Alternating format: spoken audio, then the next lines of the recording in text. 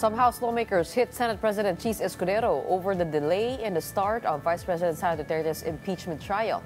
Here's the report. The call is clear from the House. Start the impeachment trial. Lawmakers from the Makabayan Bloc and Akbayan party list are urging the Senate to stop delaying proceedings against Vice President Sara Duterte. They are now questioning whether the Senate is afraid or simply protecting someone.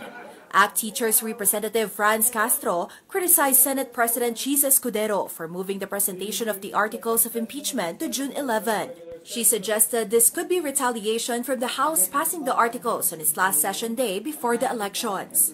Well, something fishy. At nakikita natin na paghahanda na ito doon sa mga gusto nilang mga position ba o sa 2028, etc.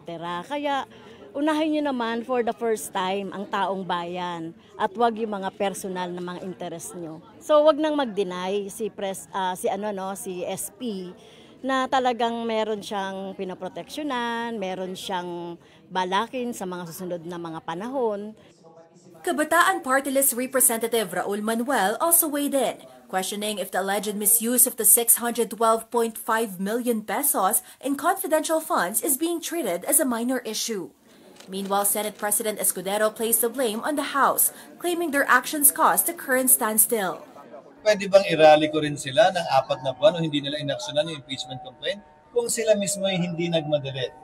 Inupuan at pabanjing-banjing sa mahabang panahon. Sino naman sila para madaliin kami ngayon? In an interview with 1PH's Sa Totoo Lang, Senator Coco Pimentel said the impeachment proceedings should start on June 11.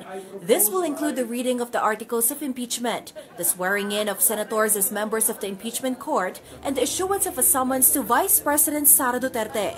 Pimentel also noted that the trial may extend into the next legislative term under the 20th Congress. Hindi ko makomit yung iba kong mga kasama, pero yun ang position ko.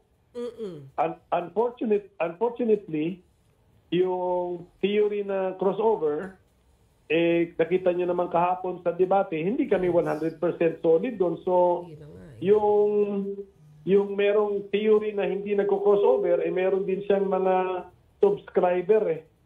Meron din naniniwala sa kanya na tama siya na hindi magko-crossover. Kami, sa paniniwala namin, very simple reason, supported by words in the Constitution, na pwede mag-crossover. So may naniniwala sa amin, may naniniwala dito sa kabila. So hindi ko masabing sigurado na which part ang sigurado.